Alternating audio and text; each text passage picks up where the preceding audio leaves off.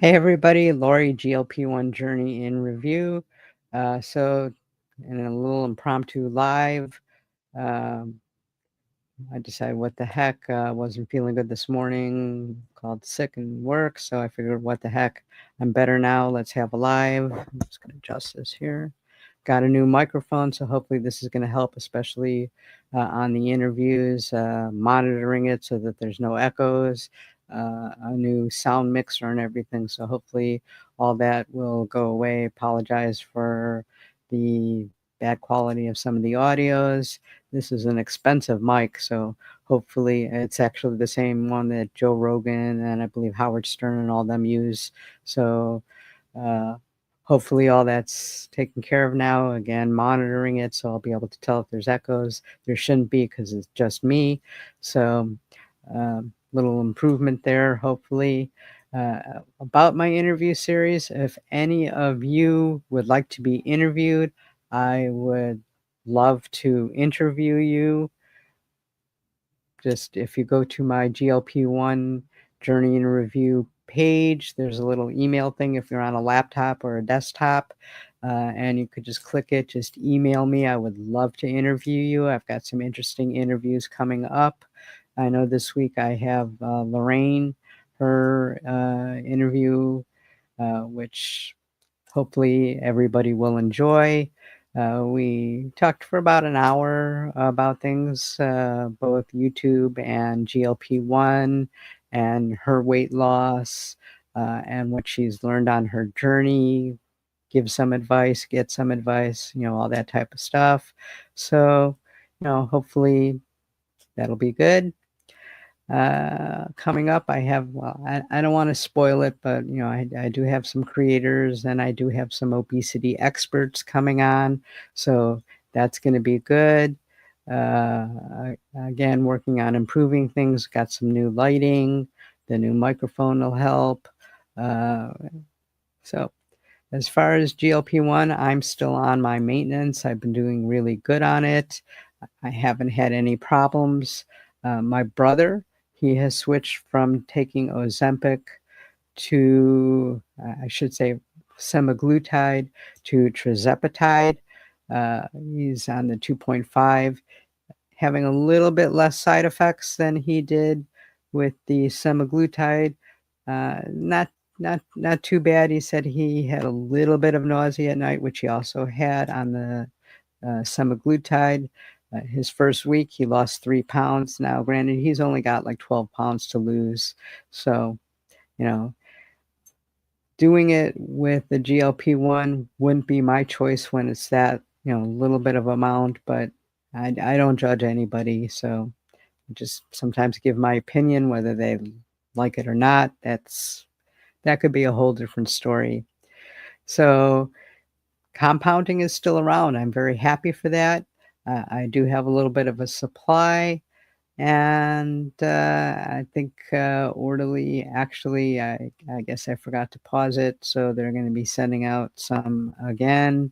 Don't know if I really need it. Now I'm kind of switching my wife to using the compound only because her Monjero has a 1-year shelf life or bud date, where some of mine will be expiring in the not too distant future. So I want to use that stuff first. And again, she's going to be talking to her doctor about lowering her dose, because for her to struggle just to eat and to be hungry and so forth. So compound will let you kind of play around a little bit with doses. She would like to she's on 12.5. She would like to get back down to 7.5. I think it's too big of a jump, but, she'll talk to her doctor. And we have an appointment, not this Monday, but I think the following Monday. So we'll see how that goes, see what they say. And, we could do it gradually on the compound, which is one reason why I like the compound. So that's compound still around. Don't know how long. Very happy it is. These places don't seem to be too worried about it. I see them advertising, so I'm not that worried about it now. Like I said, I probably have enough until the orforglipron comes out, which should be somewhere around June of next year.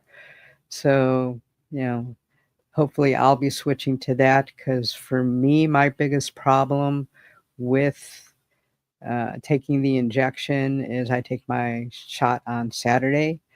Come Thursday or Friday, the appetite suppression is kind of worn off, and I find myself thinking a little bit more about food and snacking more. I've tried to make it a good snack, a better snack, a smarter snack. And I try to actually, those are my busy days at work. So hopefully being busy won't make me think about it quite so much. So that's kind of like how I'm handling it. I haven't really gained weight. I've tried dose splitting to see if that helps, but I just didn't get that initial kick that I like from it. And I don't want to increase my dose by taking, my regular 7.5 on Saturday and then another 2 or so on Wednesday-ish. So I don't want to do that. So I'm just taking it all on Saturday, my usual thing, and kind of toughing it out. I'm hoping if you take a pill every day, like your Glp1 is supposed to, that should eliminate that, hopefully. Again, I don't know. Willing to try it. All the buzz around is that it's going to be about $200 a month, hopefully a little bit cheaper, because that's the buzz on it right now. So we'll have to see. A little bit more affordable, I think. I don't know what it's going to do, because somewhere around there, or a couple months later to 6 months later, hopefully some of the newer medications will be out. There's plenty of them in the works. Retatrutide is the one that they're talking most about. To me, that's probably going to be for people that have to lose about 100 pounds or so, because it's a lot more powerful than either the tirzepatide. And I know if I still had weight to lose at that point, I'm happy with the tirzepatide. I don't know if I'd really want something stronger, because I never had 100 pounds to lose. My goal was basically 60. Technically my goal when I first got on the medication was basically just to jumpstart a diet. And then my goals had changed constantly throughout my journey. Then I wanted to be about the same weight that I was at my thinnest while doing regular diets, which was about 145-ish, which was, still overweight. And then when I got there, I'm like, well, why don't I go for a normal BMI, even though I know BMI isn't the way to go. And then once I got into the normal, I was at the high end. Then I wanted to get to the middle. If you were going to use it like a scale, I wanted to be right in the middle. And then I just made it like another 2 pounds so I could make it an even 60, which worked out fine for me. I'm happy. I go between 115 at the very lowest to 120, 121-ish. When I get to the 121-ish, I try to watch a little bit better what I eat, because, I don't want to be in that habit of creeping up.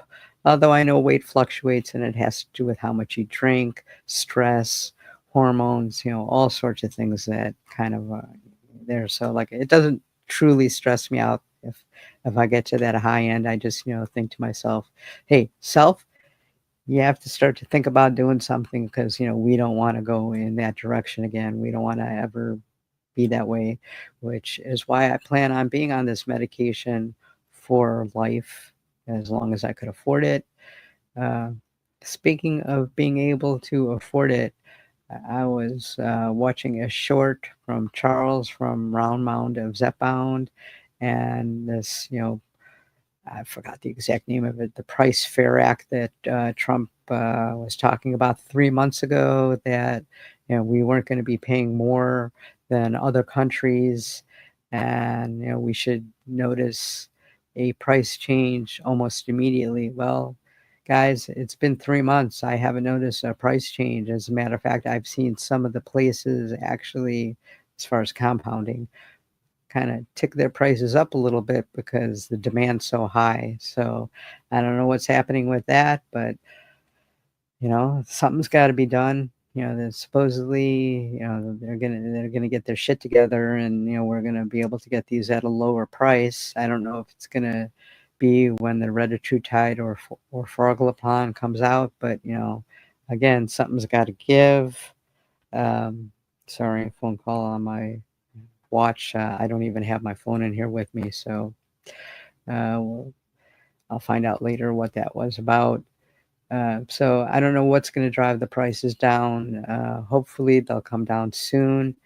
My personal opinion is if they would lower the price, and I'll use tirzepatide for an example because that's what I know, to basically, Eli Lilly has it at 500 and they're still making lots of money. If they could lower to, let's say, 300, which is a few bucks more than what I'm paying now for a compound, I would rather go with name brand. Sure, what the heck. So even if it was 250 to 300, I think that would be great. I think they would really almost stop compounding unless the compounders really want to go down to $100, which they could do because the stuff only cost about $5 to make. So to me, the pen isn't that important. I actually like the vials, and especially the multi-use vials where you can kind of play a little bit with the dosage. I'm all for that. I know that the vials that they have now aren't made for that. They're made for a single dose. But there's some give and take along with, if they lowered the prices, I think we could all manage.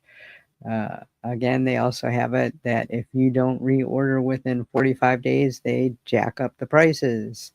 So they're trying to put an end to, like, getting more doses out of it and so forth. Now, I don't know about you on your compound, but don't tell anybody, but I order a higher dose so that it lasts me longer. But when I wasn't, and let's say I was on 10 milligrams and I got mine from whatever compound company I was using, I noticed that there were between 4.5 to 5 doses in there. And I know as far as the UK, they have what's called the golden dose, which is an extra dose, which they say is for priming, which nobody really does or uses, for that. Most people do tend to use the extra dose, whether, even though Eli Lilly, and Novo Nordisk says, no, you're not supposed to use it. People do because it's the exact same shit. So why wouldn't you? But, so I'm assuming that other people are using that little bit extra that's packed into it. Some people, from what I've heard, say that they're not getting as much as they used to, which may be true, but they usually do give you at least a half a dose more. I've heard people say that if you're going to use it, to go ahead and draw that up, but you really shouldn't. Since you only have a half dose, you should take a fresh syringe to take your other half dose and actually give yourself 2 shots. I could see how that could be true. And for me, I've done that and I've given myself the 2 shots, because I don't feel it. So it's no big deal, and after being on this a little bit more than a year and a half, so what is that, like over 75 injections? Yeah, the needles don't bother me anymore. So like that isn't an issue. Uh, Let me know what you guys think. Do you use it? Do you pitch that little bit that's left?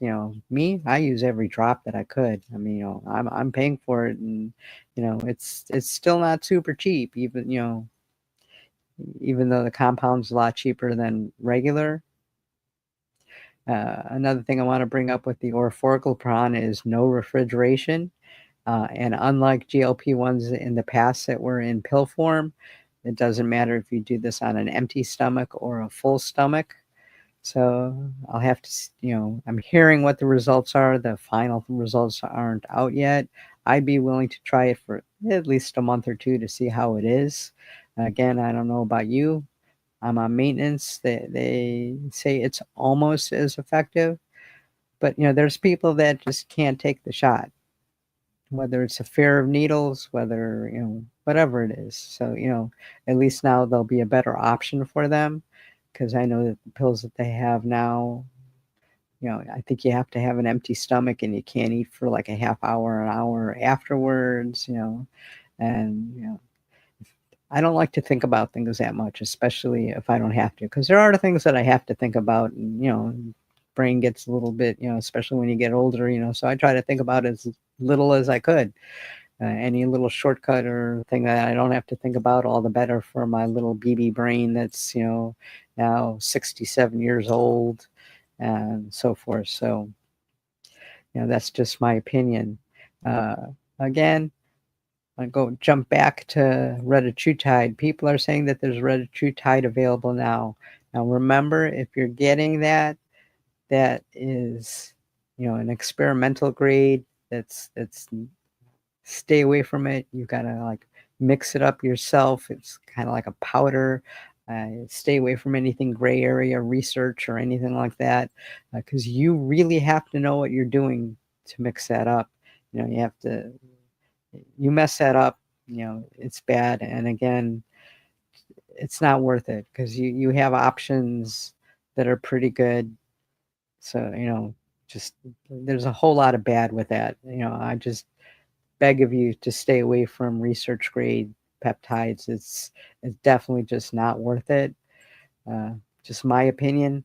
You know, again, I don't shame people for doing this, but it could be really easy to screw yourself up, and we don't want that.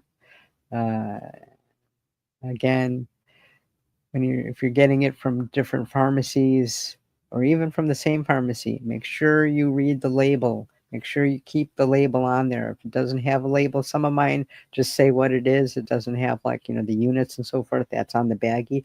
I keep it in the baggie because there's different concentrations.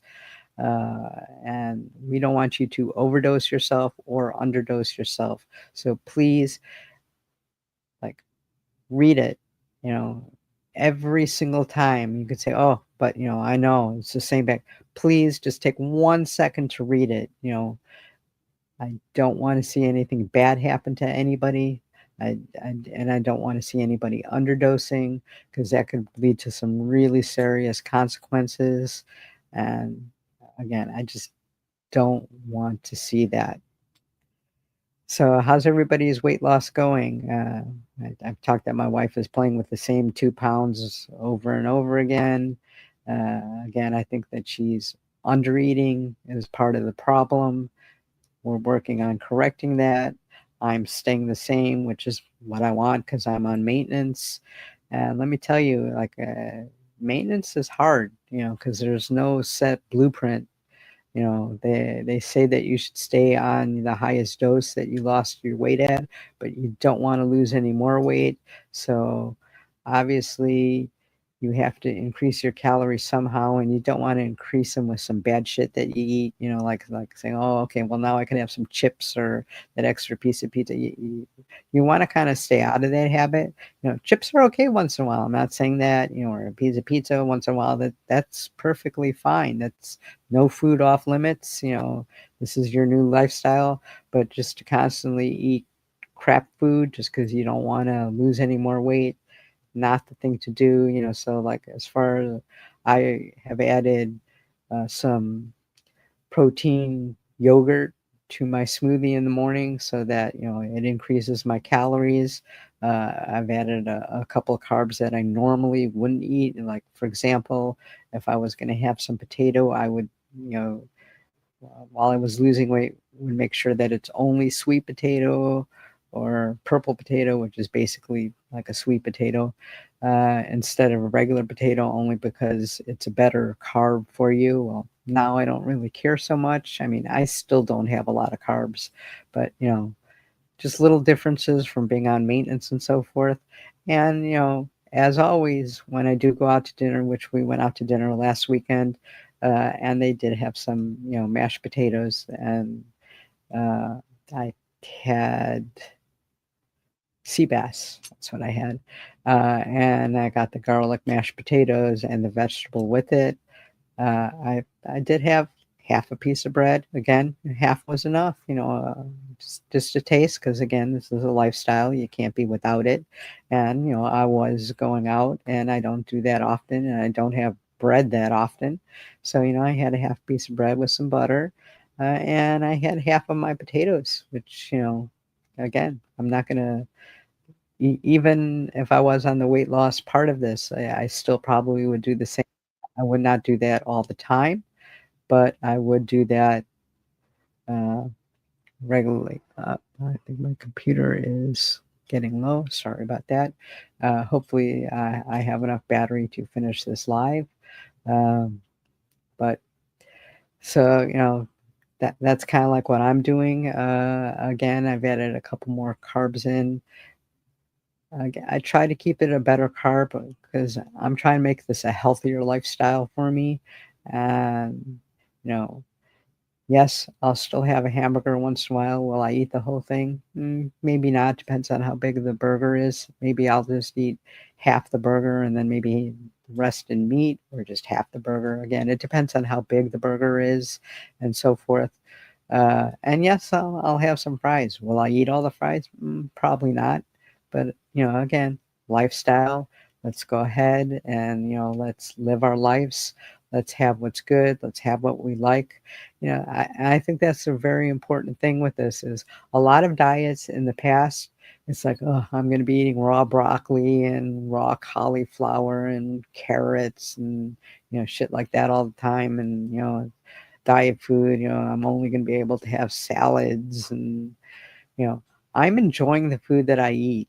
I'm making sure what I eat is good because, this is a lifestyle. You wouldn't want to live on raw broccoli and raw cauliflower your whole life.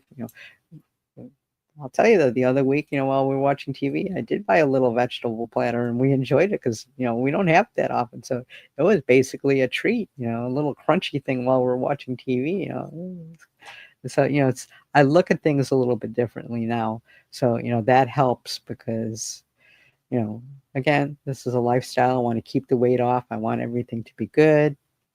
Uh, and it is. I like, we have our seafood a couple nights a week. We switch to the factor meals when I work late. They're very tasty. They come out to $10, $11, and sometimes they do have specials and so forth. But, I'm going to pay the price because if I was going to buy, for example, I bought for tonight 2 pieces of yellowtail snapper. Okay, the 2 pieces they're like $16 for the 2 pieces, uh, and so right there, that's $8. Well, then you got to buy the vegetables, and then there's seasonings, and if there's a starch, you have to buy that, and then you have to cook it. Are you going to have leftovers? Are you going to throw out the leftovers? So it doesn't come out to too much more. Back when I was eating crap, uh, I never was a big McDonald's fan, but we'll use that for an example. I think that their meal deal now is like $7 or so. And, to me, $7, $10 healthy, not much of a thing. You still have to go to the McDonald's, either go in, drive through, either eat it there, take it home, or 2 minutes in the microwave. It depends. I think just as easy and just as handy, whatever you want to call it, just as convenient.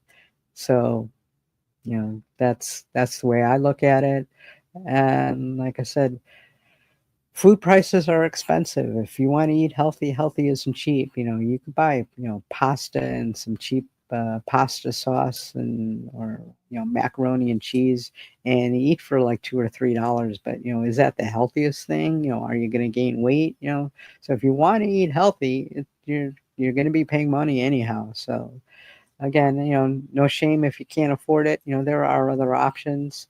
When I have a taste for pasta, I use zoodles, and I'll buy no sugar added pasta sauce. I used to make a pasta sauce, but again, my time now is just not what it used to be because I'm working a lot of hours at work, and you people would be surprised. These videos and so forth, a 10, 12-minute video, total it's 3.5 hours of work to get that little video by the time editing and, titling, uploading it to YouTube, putting all the hashtags in and everything and so forth. So, you know, I have a time problem. So, again, a little convenient. So I'm not going to make my own pasta sauce. Fortunately, I have a farmer's market by me that's basically the size of a regular grocery store, and it's a permanent thing. And they have, great fresh seafood, great fresh meats. The meats are a little bit expensive. Fresh seafood itself is fairly expensive. Uh, I get it a little bit cheaper in the grocery stores or frozen. It doesn't taste quite as good. I've had some frozen stuff just because, you need to have some stuff in the freezer in case, like plans fall through and you need something to eat or something along those lines. Um, Again, if price is a thing, buy the frozen, flash frozen, or buy it when it goes on sale at the grocery store, the salmon or whatever. And there are some less expensive seafoods. Uh, Sorry, fix this. There are some less expensive seafoods, tilapia, not quite as healthy because it tends to be a bottom swimmer and might have a little bit more mercury, but, things go on sale. By all means, take advantage of that. And, everybody knows my favorite food is a hamburger, and I have a bunch in the freezer because they went on sale the other day. I try to get grass-fed, uh, just because I think it's a little healthier. That's just me. But, there's nothing wrong with just a hamburger that you grill up or, put in an air fryer or even saute up uh, once in a while. It's not a bad thing. It's still a good protein. It tastes good. It's the bun and all the mayonnaise and shit that you put on the hamburger that makes it, super bad for you. But, again, as far as when I do have a burger, if I do want a bun, I use, sandwich thins, or sometimes I'll use like a keto type of bread, which is pretty good because it has a lot of fiber. And trust me, sometimes you need the fiber. And I do buy a no sugar added ketchup. I know some people will make their own ketchup or their own barbecue sauce. Again, it's a time thing with me. If you feel like doing that and you think it's healthier, by all means, do it. I know how to make barbecue sauce. I don't even know how to make ketchup. I guess I could Google it or YouTube it. And, again, I'll have it because I really like hamburgers. I try not to eat beef quite so much. I've been having it a little bit more because of the factor meals. They have some salmon dishes. They have some seafood dishes.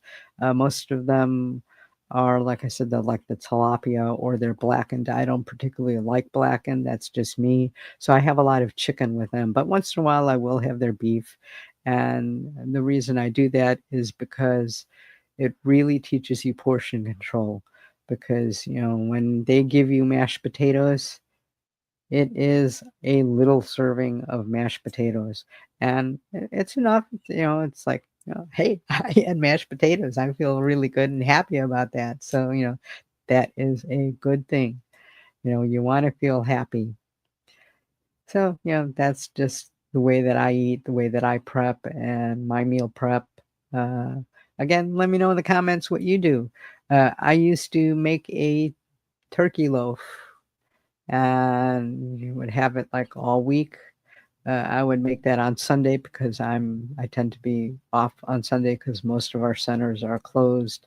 And so I know pretty much, but I have a lot of stuff that I have to do on Sundays because, I've been working all week, I have to do the grocery shopping, get my nails done, things along those lines, get a good workout in and so forth, straighten up in the house a little bit, maybe dishes.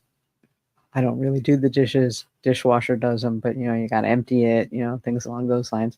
And again, because of time and because I have this farmer's market, because I live in a area that has quite a few 55 and older retirement areas. I live in one of them, and there are so many delis and the farmers market that just have like rows of cooked food that are still hot. Some are hot, some they have already packaged and refrigerated. There's, let's see, 1, 2, 3, 4, 5, there's like 8 or 9 places within a couple miles of me that have this.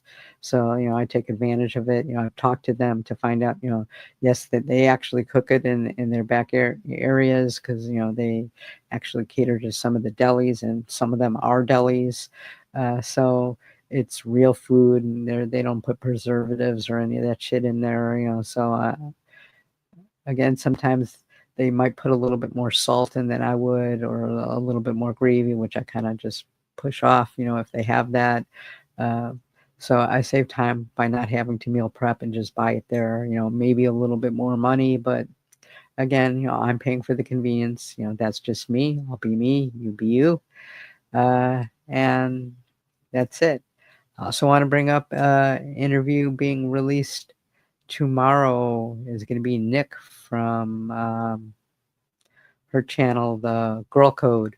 So I know she's a rising YouTuber. Her channel is great. I think you're going to enjoy it. We had a little bit of technical difficulties because her camera kept going out, and I edited most of it out, but I didn't want to edit out what she was saying, so there'll be a little bit of a blank picture there.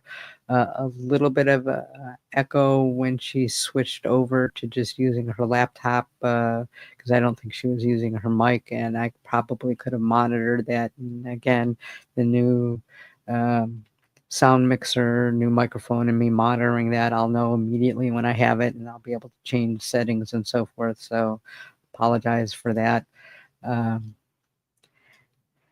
And as far as the new medications, looking forward to when they come out.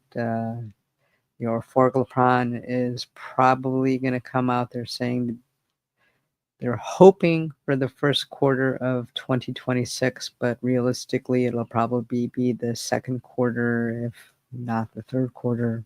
Retatrutide towards the end of 2026, maybe 2027. Hopefully that'll bring prices down. The more medications in the market, I think, is only going to help with them having to compete with each other and so forth. So hopefully that'll bring down the prices, and hopefully the accessibility will be better. If anybody is finding a shortage of the Ozempic, Mounjaro, Zepbound, or Wegovy, please report it to the FDA, because the shortages is what got us compounds, and it could only help them with them staying around. So we'll see how that goes. I personally think that all these new lawsuits and stuff is more for the next generation of medications coming out rather than what's out there now, because it's going to be really hard to stop.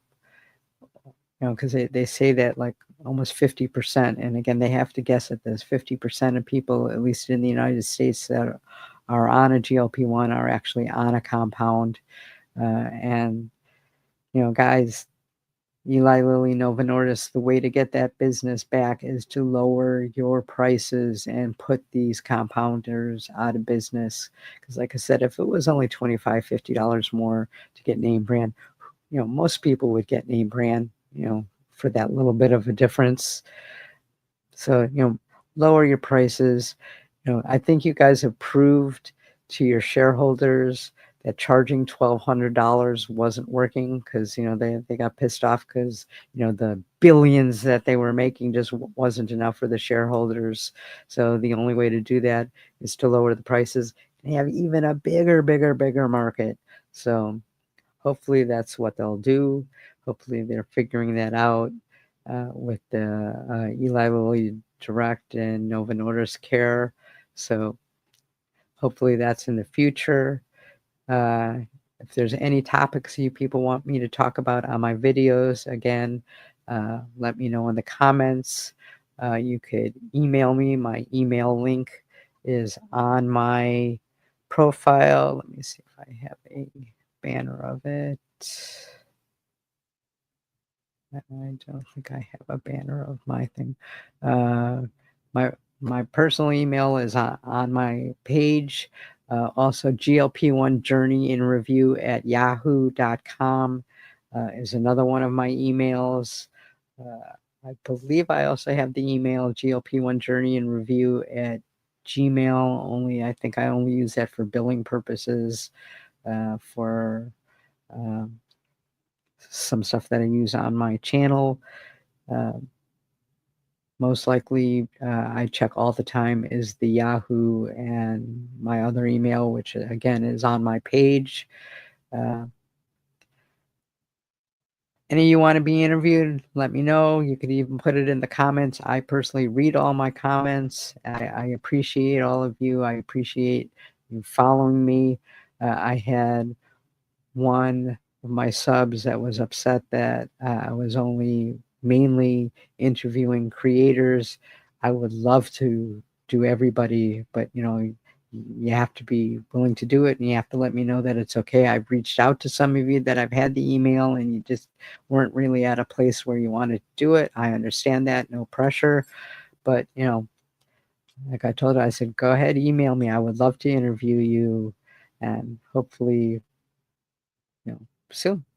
And I will take priority to you guys and put it up as soon as possible, because right now I think I have like 8 or 9 interviews in queue, so I don't want to put them out too quickly. So some of these people are waiting 3-4 weeks till I put them out, which is kind of why I started putting 2 of them out in a week, because I have a lot of them that I've done. I've got a lot of them scheduled.